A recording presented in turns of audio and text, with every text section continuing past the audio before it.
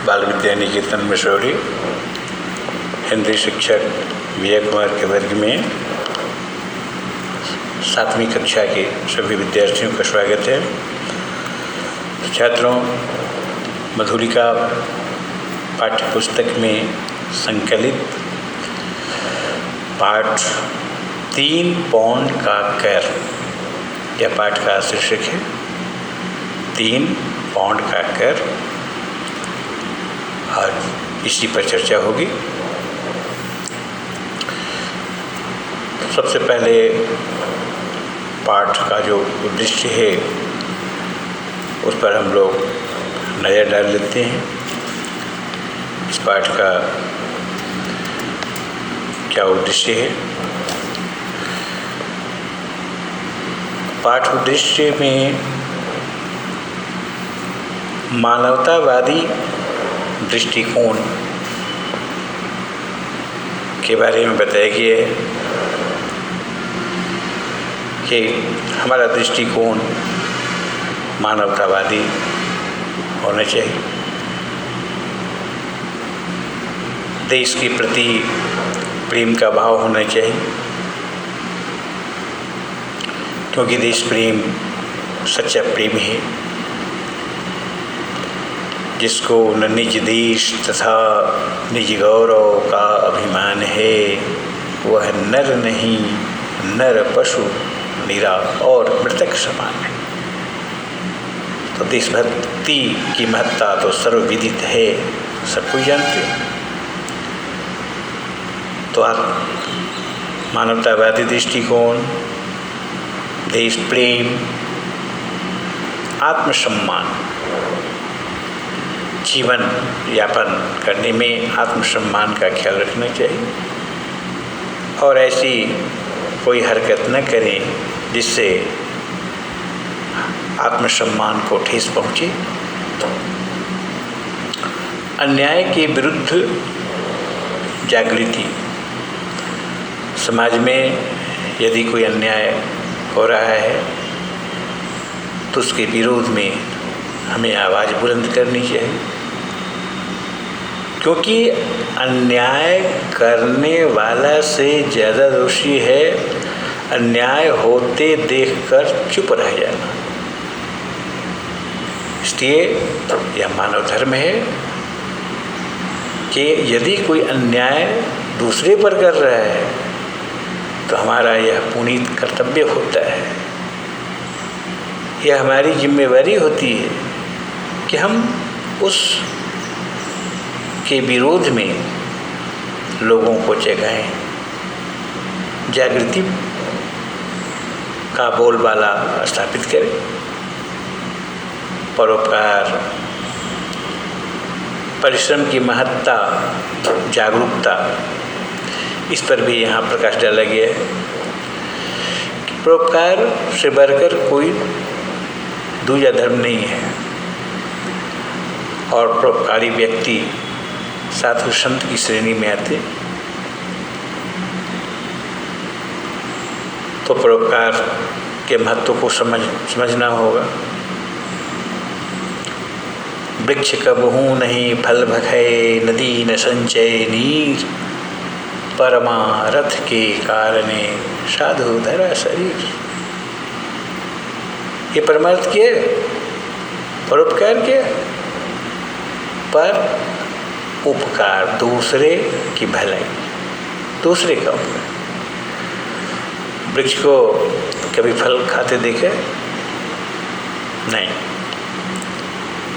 नदी को जल पीते देखा है क्या? नहीं। तो जिस तरह से वृक्ष फल नहीं खाते, वो दूसरे के लिए फल देते, नदी दूसरों की प्यास बुझाती है। उसी तरह से परोपकार के लिए, परमार्थ के लिए साधु संतों का जीवन होता है।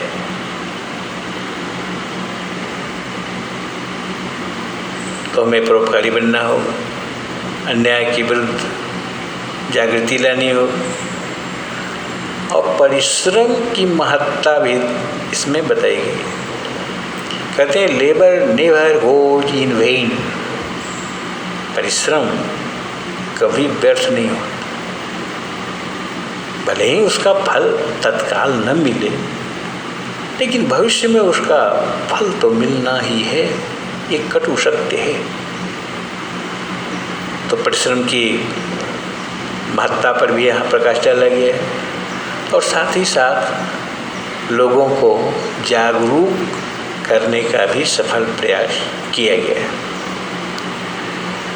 तो इस तरह से इस पाठ का उद्देश्य है मानवतावादी दृष्टिकोण, देश प्रेम, आत्मसम्मान, अन्याय के विरुद्ध जागृति, परोपकार, परिश्रम का महत्व तथा जागरूकता।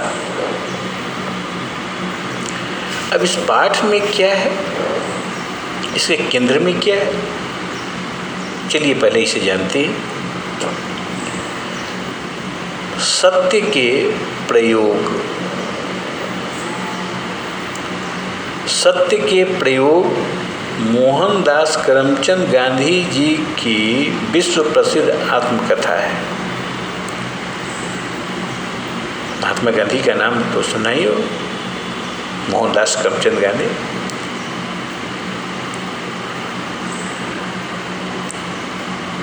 तो सत्य के प्रयोग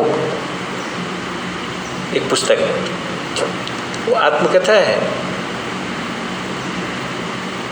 मोहनदास करमचंद गांधी की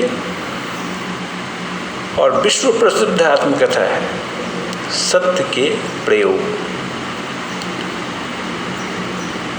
उनकी आत्मकथा के लिए इस अंश में, अंश मतलब हिस्सा, आत्मकथा रहेगा तो कंधा, उनकी आत्मकथा से लिए इस अंश में यह जो पाठ है उसी पुस्तक का एक हिस्सा है। सत्य के प्रयोग नाम की जो पुस्तक है उसी का एक अंश यहाँ दिया गया है।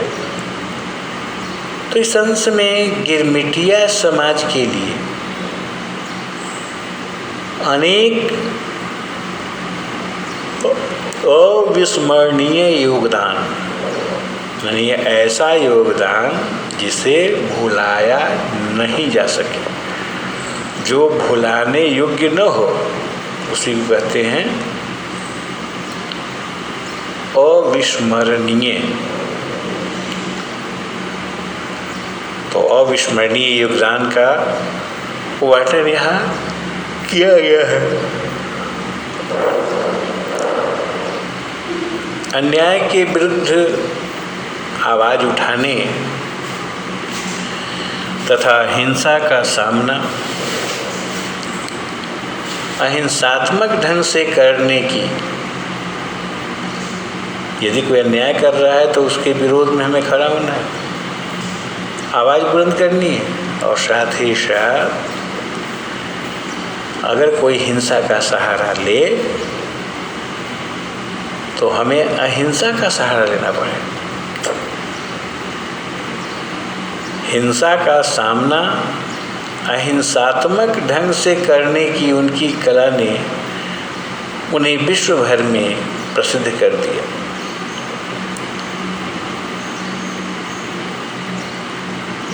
तो अन्याय के विरुद्ध हमें आवाज़ उठाने के लिए हमेशा तत्पर रहना चाहिए और अहिंसात्मक ढंग से हमें विरोध करना चाहिए।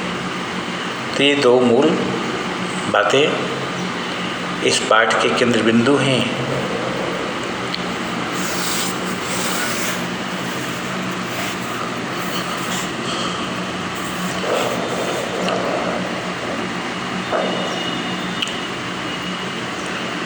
उपनिवेशों में पैदा हुए हिंदुस्तानियों, उपनिवेश वो कॉलोनी बोलते हैं, तो जब विदेशी हुकूमत थी, अंग्रेज यहाँ थे तो बहुत से उपनिवेश बनाए थे। तो उपनिवेश में पैदा हुए हिंदुस्तानियों और मुहर्रिरों के समाज ने, मुहर्रिर एक पद है, पोस्ट, लिपिक या क्लर्क जिसको बोलते। तो मुहर्रिरों के समाज ने निटाल इंडियन कांग्रेस में प्रवेश कर लिया था।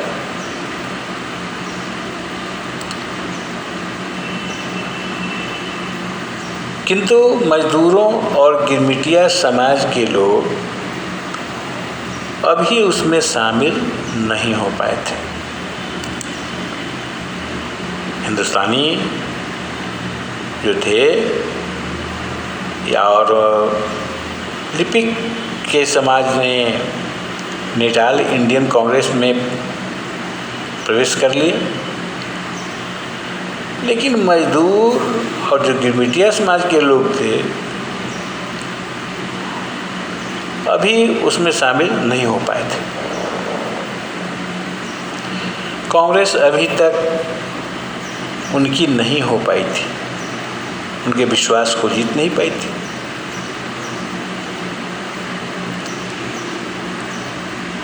वे लोग चंदा देकर उसमें प्रवेश करके उसे नहीं अपना सकते थे।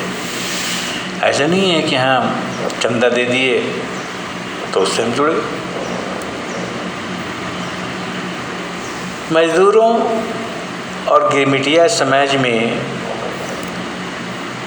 कांग्रेस के प्रति प्रेम भाव तो तभी जगेगा जब कांग्रेस उनकी सेवा करे, क्योंकि मेवा के लिए तो सेवा चाहिए, बिना सेवा के मेवा तो मिलना असंभव है। तो ऐसा प्रश्न खुद ही आया, और वह भी ऐसे समय में जब मैं सर्वनाम किसके लिए है ये जानना होगा। मैं अर्थात कौन? लेखक। मैं और कांग्रेस उसके लिए शायद ही तैयार थे। न तो मेरी सहमति थी और न कांग्रेस की। मैंने मुश्किल से 2-4 माह पूर्व ही वकालत शुरू की थी। कांग्रेस भी बचपन में ही थी, यानी बाल्यावस्था के हैं, शुरुआती दौर की बातें हो रही कांग्रेस। तो बचपन में ही थी कि एक दिन बाला सुंदरम नामक एक मद्रासी हिंदुस्तानी हाथ में साफा लिए रोता हुआ मेरे समक्ष आ खड़ा हुआ।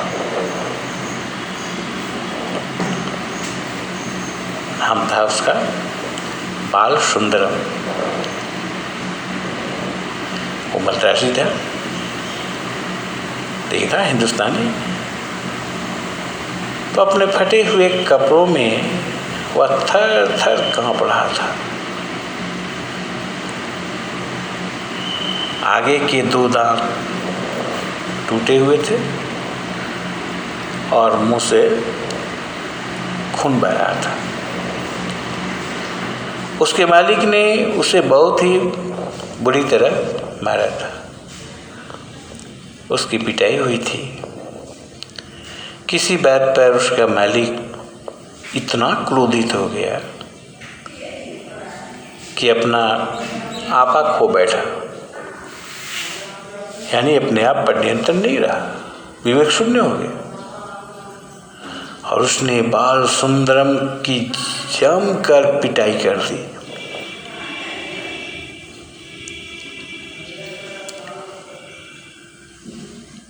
जिससे बाल सुंदरम के 2 दांत टूट गए।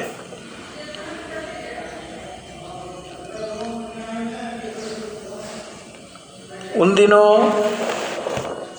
गोरे डॉक्टर ही मिला करते थे। तो गोरे डॉक्टर का मतलब यहाँ ये रंग नहीं, गोरा काला, जो अंग्रेज लोग थे। तो वहाँ प्रतीक है काले लोग यानी इंडियंस और गोरे यानी इंग्लैंड के निवासी। तो उन दिनों गोरे डॉक्टर ही मिला करते थे, क्योंकि MBBS की पढ़ाई तो डॉक्टर के लिए जरूरी है और उन लोग को ही ये सुविधा उपलब्ध होती थी। तो मैंने बाल सुंदरम को डॉक्टर के यहाँ भेजा, क्योंकि मुझे उसके लिए चोट संबंधी प्रमाण पत्र की आवश्यकता थी, क्योंकि अदालत को तो सबूत चाहिए। तो जैसे ही मुझे प्रमाण पत्र मिला, मैं बाला सुंदरम को मजिस्ट्रेट के पास ले गया। वहाँ बाला सुंदरम का शपथ पत्र प्रस्तुत किया गया, जिसे पढ़ने पर मजिस्ट्रेट ने मालिक पर क्रोधित होकर उसके नाम सम्मन जारी करने का आदेश दे दिया।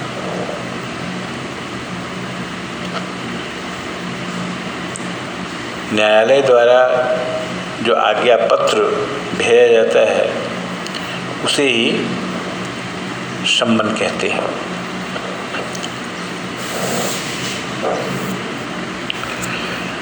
मेरा मकसद यानी उद्देश्य बाला सुंदरम को उसके मालिक के चंगुल से छुड़ाना था। मुख्य लक्ष्य हमारा वही था, यानी लेखक का, न कि उसके मालिक को सजा दिलवाना।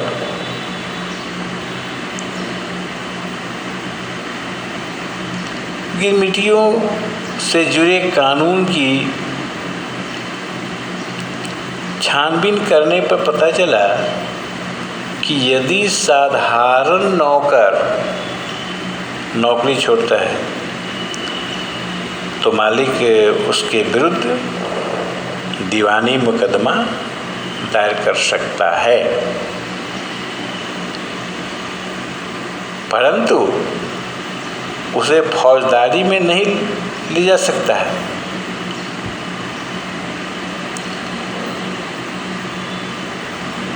गिरमिट और साधारण नौकरों में काफ़ी अंतर था, और विशेष तौर पर अंतर यह था कि यदि गिरमिटिया मालिक को छोड़ दे तो उसका गुनाह फौजदारी माना जाता था और दंड स्वरूप उसे कैद भुगतनी होती थी। इसी कारण सर विलियम हंटर इसे गुलामी जैसी स्थिति मानते थे। तो आज यहीं तक, फिर कल मुलाकात होगी। अब हमें इजाज़त दीजिए। धन्यवाद।